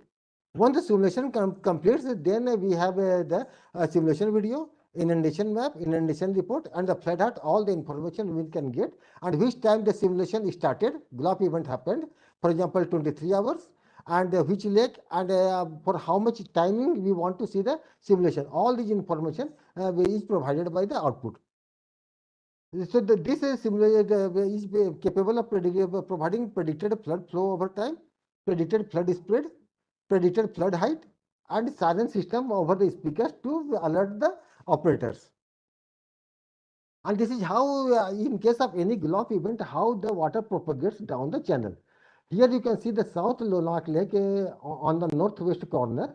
Here a GLOF event happens and the water starts and the water propagates. And downstream you can see how water is propagating and which area is getting inundated, in which way, what is the time taken, what is the flood height, or like that. All the information are can be obtained in form of a map, in form of a graph, in form of a table. And this information can also be seen over Google images. We can drape it over Google image, Google Earth, and can see which areas are inundated, what is the flood spread, how much area is getting inundated in which time. So all the information can be ported easily from one system to another.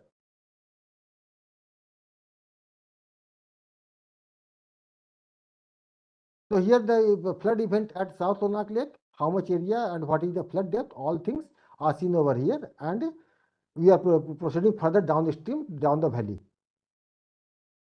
up to Chungthang. Then here as per the flow, as per the terrain, the water is flowing down the main channel.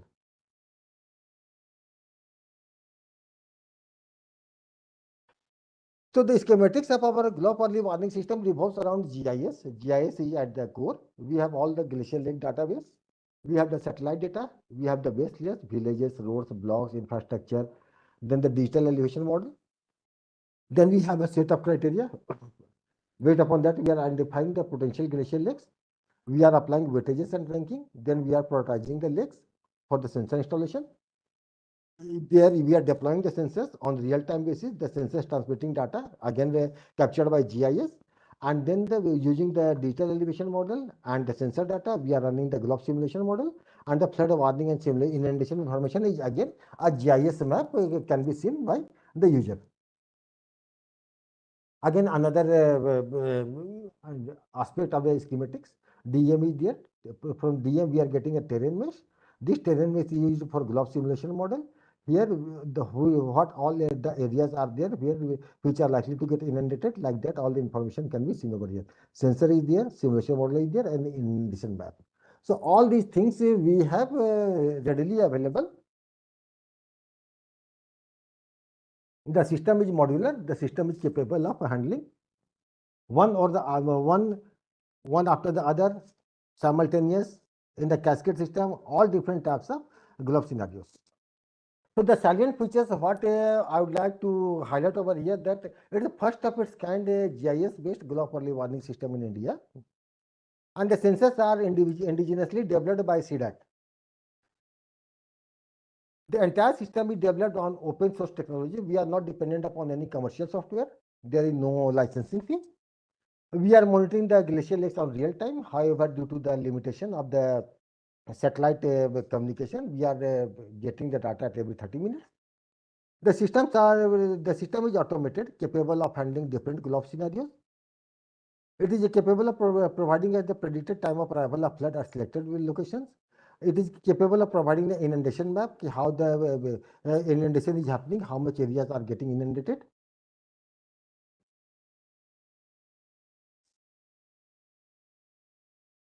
The system is capable of providing the flood level, what is the flood level, what is the peak discharge, at which time, what will the peak discharge level, like that. All the information we are able to get. Then we have the exhaustive database of glacial and non-glacial database, as I have shown you in the beginning. We have the complete database of all the lakes in Sikkim. Then easy to use GUI and user-defined query functionality. User can define his own query and do the visualization. The real challenges what we had faced by the extreme weather challenge, extreme weather conditions, sub-zero temperatures, sometimes up to -30 we had to face, highly disaster-prone areas, remote locations of the glacial lakes, inaccessible, non-motorable. So trekking was the only option to visit to the lakes. Equipment, manpower, transportation to take lake locations, mostly by trekking and yaks. We have no GSM, GPRS, RF connectivity. Communication possibility only through SATCOMs. Security clearance is the major hurdle. because the lakes are in close proximity to the international borders, and the presence of landmines are also there. Then the lake bathymetry using inflatable boat with the lake depth more than 150 meters is a real challenge. And I won't advise the future, in future also the inflatable boat should be used. Floating ice avalanches with debris falling lakes with very strong winds make the inflatable boats unstable. Then natural unstable moraine dams susceptible to collapse and breach. Limited time window to complete the assignments because they are very small time window. No electricity, solar power is the only source, and very high logistic costs. These are the challenges what we had to face. And our collaborators was the end users, Sikkim State Council of Science and Technology, Government of Sikkim. Sensor designing and development was done by our controls and instrumentation group of CDAC Trivandrum. And the satellite communication support was provided by Space Application Center, ISRO, Ahmedabad. And this is our future roadmap with the scalability or replicability plan. Deploy a similar system in the entire Himalayan region. Identification and prioritization of vulnerable moraine dammed lakes. As Professor Suryaprakash has also told that Jammu Kashmir, Ladakh, Himachal, Uttarakhand, Sikkim, and Arunachal Pradesh, these are the only 5-6 states are vulnerable from the GLOF point of view, or the landslide lake outburst flood are also present over there. So whether it is a GLOF or whether it is a landslide lake outburst flood, both are the flash floods causing loss of life and property. Then the installation of real-time maintenance-free sensors at the vulnerable lakes, because reaching there is itself is a challenge, and if the sensors are not maintenance-free, then frequent visit is also not possible. Lake bathymetry to compute a volume of water in the glacial lakes using remote control boards. Establish dedicated communication network subject to feasibility for continuous data reception, data security and analysis. As per the communication received from ISRO, since we were installing the sensors at 2 glacial lakes on pilot basis, so based upon their protocol or the norms, we were allocated only the AWS channel of communication. However, if the number of sensors are more, then a dedicated channel may be allocated for the data transmission and download. Then improve the existing GLOF simulation model on HPC platform. Right now, the model was developed on the standalone machine, the Windows machine.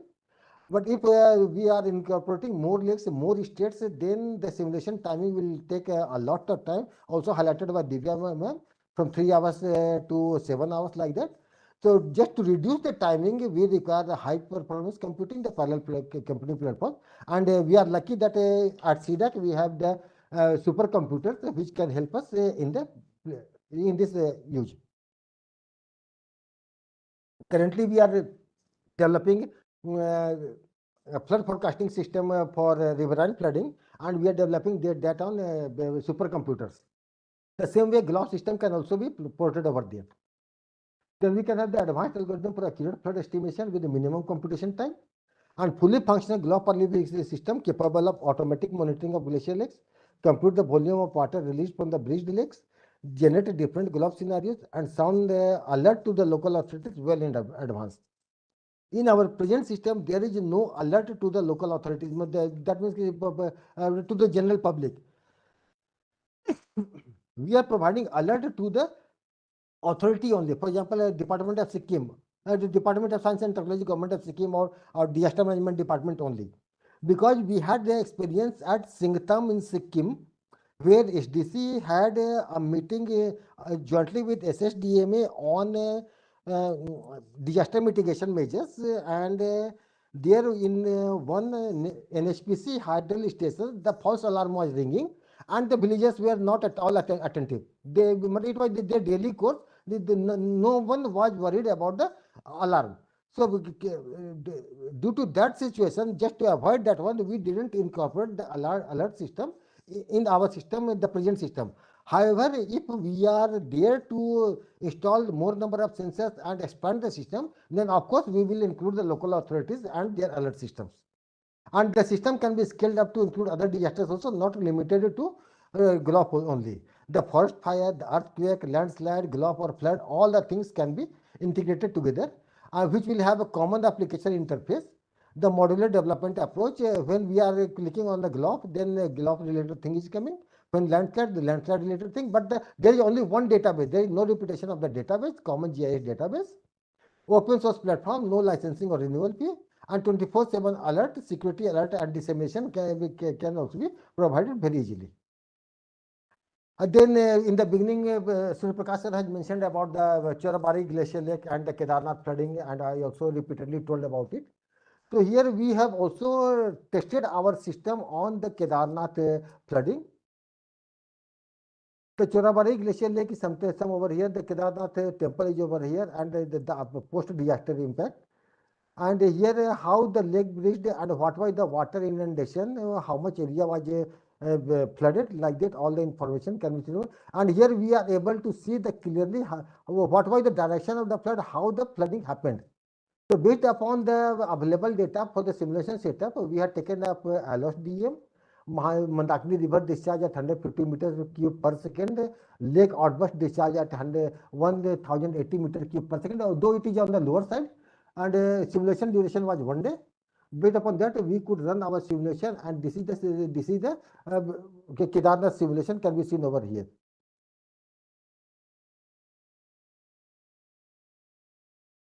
So the same system, the GLOF early warning system, which we have developed for Sikkim, we tested it for Kedarnath flooding also, and the system is capable of providing us all the information in a very effectively within the reasonable time frame. Only we need to provide the input data set. Once the input data set is changed, the system is all modular. It can be deployed at any other glacier lake also, and can be run for simulation and inundation information.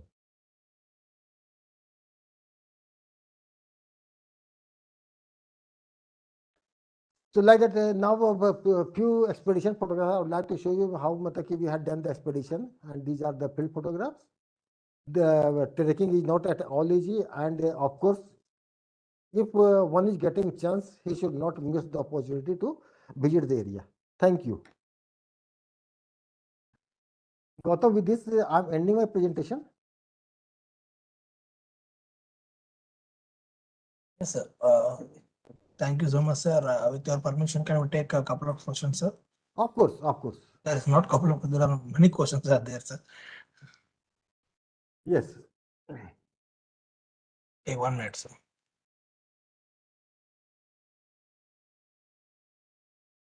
So, sir, what is the significance or meaning behind the demonstrating the global warming is the main reason for glacial regression and glacial lake expansion? Well, global warming is of course playing a significant role in recession of the glaciers and the formation of new glacial lakes. But this global warming trend cannot be ascertained over just a 10 or 25 years period of time. We should have a long-term database available for a region, the weather data. Based upon that only we can conclude, yes, the global warming is playing a significant role. But as of now, yes, based upon the available literatures and the studies, we can say, yes, global warming is playing a significant role. Sir, one more question, sir. What is the success rate with respect to production versus reality through such weather stations? Well, see, since the installation of my system, I didn't encounter any such event of GLOF. However, we are using the same model, the Anuga hydrodynamic model for simulation for our river flood modeling, what I've just mentioned on a supercomputer platform. So here we are able to predict a 3 days advance flood prediction in 40 to 45 minutes duration, and we are providing the data to Central Water Commission and the State Disaster Management Authority of Odisha for validating, and the Mahanadi Basin, and our results are in accordance around 70 to 80% accuracy we are getting. I won't say that we are getting 100% because no simulation model can give you 100% accuracy, but yes, achieving more than 65% accuracy also is a good success. Yes, sir. Well, last and final question, sir. Um, how competitive is our glove simulation model in comparison with the US and Europe based technologies? See, sorry, I such what I have not done any comparison studies from between ours and European technologies. However, Yes. these technologies depend upon the area, the region to region, place to place. And also these efforts are not the depending upon the one institution. If multi institutions are there, as this is planning to have some early warning system deployed in Sikkim on the same lakes where we had deployed our system and the systems got damaged, then their technology will have to follow our technology, because now they are thinking of installing the automatic weather stations, and at a later phase they are trying to install the water level measuring sensor or the discharge sensor. However, in the very first phase itself, we installed our water level measuring sensor, and from that water level measuring sensor, we were converting the water level into discharge and running the simulation. So from the person to person, from area to area, the technologies will change a little bit. However, their limitations are also important. What are the country's limitations in these aspects?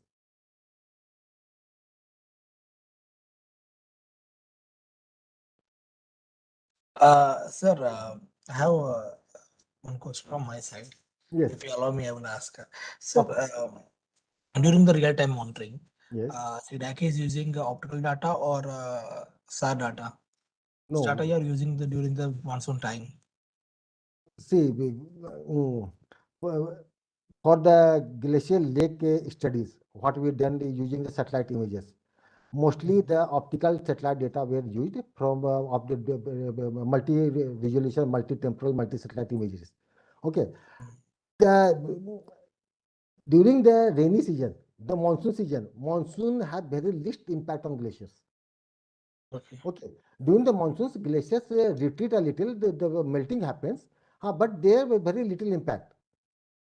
And our that's why we were not using the SAR images extensively. However, yes, we have the SAR images also, but that is difficult for the layman to use it due to color code etc. Once it is a technical thing, yes, you can use the SAR images, and SAR images provide you a very wonderful result. Yes. And our this water level simulation, water level sensors, they are measuring the sensors based upon the ultrasonic technologies and providing us the real time depth. Sir, one more question, sir. What is whether CDAC is planning to use MLM models to predict the glove melt glove risks? Gautam, can you repeat your question once again, please? Can CDAC is going to have any plan to use ML models? Yes. See, in CDAC, we have expertise in everything. We are using the AI/ML model for automatic extraction of the glacial lakes from the satellite images and finding out their real extent also. One of our team is also working on prediction modeling using the past data, but we are not employing on the glacial lake. We are using this on the dam simulation. We are simulation modeling. We are using the L1 systems, sir? Yes. Sir, this L1 systems are automated or it is running with the human manpower? No, the current system what we had installed at Sikkim is fully automated. Only thing you need to have a live internet connection and the data connectivity part. Once that is there, then the sensor data is converted, is stored into the database. From the database, the simulation model talks and runs the simulation model. It is automated system, no manual intervention. Sir, whether after getting the data to the center control room in the Sikkim, that will, if any event is going to occur, the messages are automatically sent to the local communities or whether manually it will send? No, this is what I'll like to repeat once again. See, once we are getting a threat, once our sensor is recording that there some breach has happened, it is sending data to the server, server through the inside satellite, and there the simulation model is running. Since this was the pilot project, And in one meeting along with the SSDMA and DST Sikkim, I was there at Singtam in Sikkim. Okay, there just besides the river, the meeting was happening, and the hydropower stations, hooters were running. The alarms were there, but no one was attracted towards the alarm. We inquired why this. Then told that this is a false alarm happening every time at the station. So based upon then we deferred our plan to directly alert the locals. Suppose if some false alarm is there, then I don't have any authority other than the disaster management authorities to raise an alarm. That's why we have averted the system and provided this authority to only the state government. Once the state government is satisfied, okay, something is there, then they can sound the alert. Okay, understood, sir. I understood. So to avoid these false alarms and this. Yes. Right, yeah. Sir, I really appreciate CDAC Pune work for monitoring the glaciers in Sikkim. And once again, sir, I want to take a moment to express my sincere gratitude for your recent presentation on the monitoring of glacial lakes in the Himalayan region and the GLOF early warning system. And your session was both informative and engaging, and we learned so much from your expertise and insights.